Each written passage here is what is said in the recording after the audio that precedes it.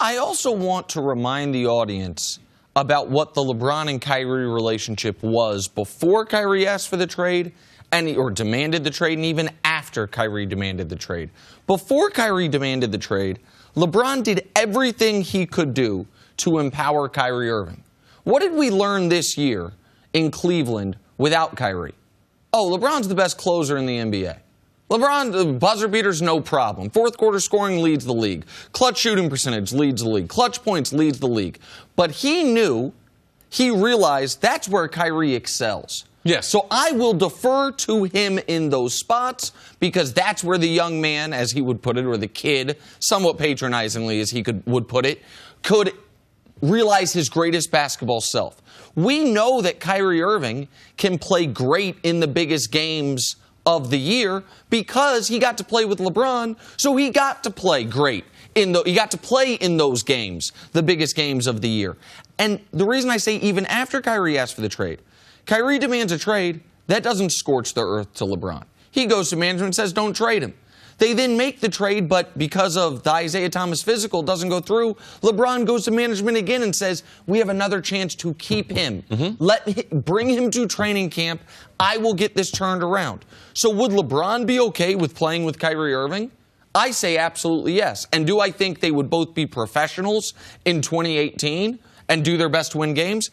Absolutely yes. The reason I don't think LeBron and Kyrie both being on the Celtics next year is a tenable situation is not for next year, but because if you trade Gordon, you would have to trade Gordon Hayward to open up the cap space for LeBron. Yes. You would be trading Gordon Hayward and the long-term deal he's under for LeBron, but you would also by de facto be trading Kyrie Irving the following year with nothing in return. Because if you trade for LeBron and you trade away Gordon Hayward, Kyrie is leaving in a year. Because whatever LeBron felt about the relationship, Kyrie wants to have his own team, and you will never have your own team if LeBron James is on. So that was my question. If you look at these two when they were playing for Cleveland as A and B or 1 and 1A or whatever it was, however that situation, that relationship, and that dynamic worked out, it was not the way that Kyrie Irving wanted it to. It was fine for LeBron. He was fine. Like, I'll let you look good. I want you to look good. I want you to give you every opportunity. Because at the end of the day, everyone knows it's LeBron's team and Kyrie is on it. Kyrie wants to be the guy. That's the only thing he seemingly wanted to be, which is why he started this whole thing to begin with. So if LeBron could play with Kyrie, could Kyrie play with LeBron? No, he doesn't want to. He's already made that decision. He had the opportunity.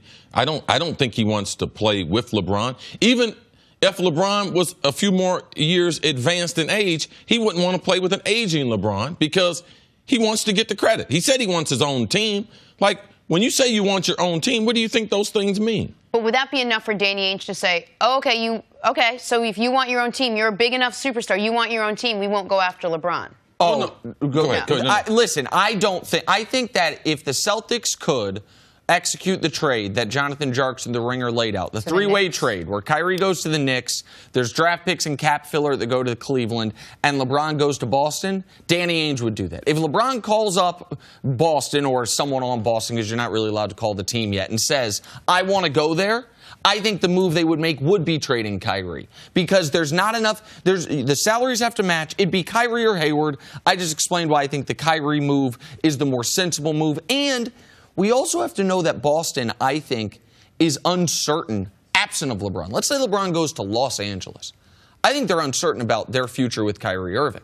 Yes. They know that not only does That's going to be a constant, LeBron or no LeBron. So you can try to blame it on LeBron. The Kyrie thing is real. It's not just the 4 knee surgeries. It's not just that Kyrie put 4 teams on his list to be traded to, San Antonio, Minnesota, Miami, or the Knicks initially, Boston not being on the list. Kyrie knew Boston had the assets. The Cavs had to bring that to him. And this is something that matters more to me than it does to you, C. But they also know that Kyrie was conspicuously absent from Game 7.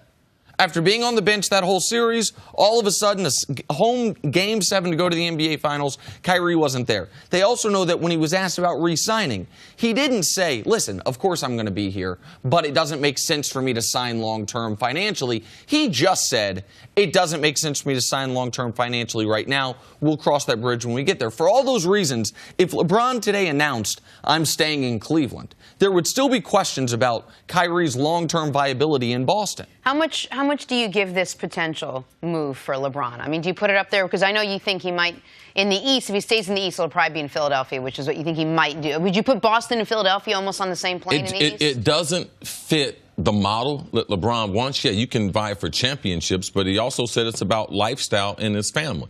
Like his kids and his family, they have not some of the things that they've wanted. They lived some of their life in Miami. So I look for them to move to somewhere warm, not just because it's warm, but because what the family wants to do. From a business standpoint, the interests of the oldest boy, they got 2 homes in Los Angeles. So he's saying if it's lifestyle, Dwayne Wade, what did he say?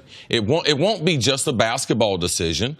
It will be about family and lifestyle.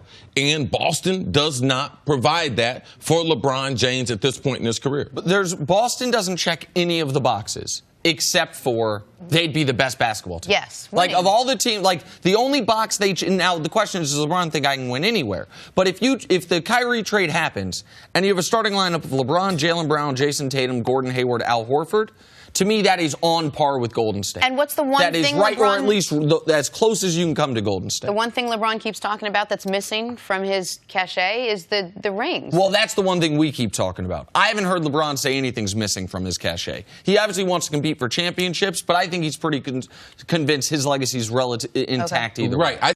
Thanks for watching. Subscribe here to get the latest from the show. Also, be sure to check out more of the best clips from First Things First, or go watch a few segments from our other shows on FS1.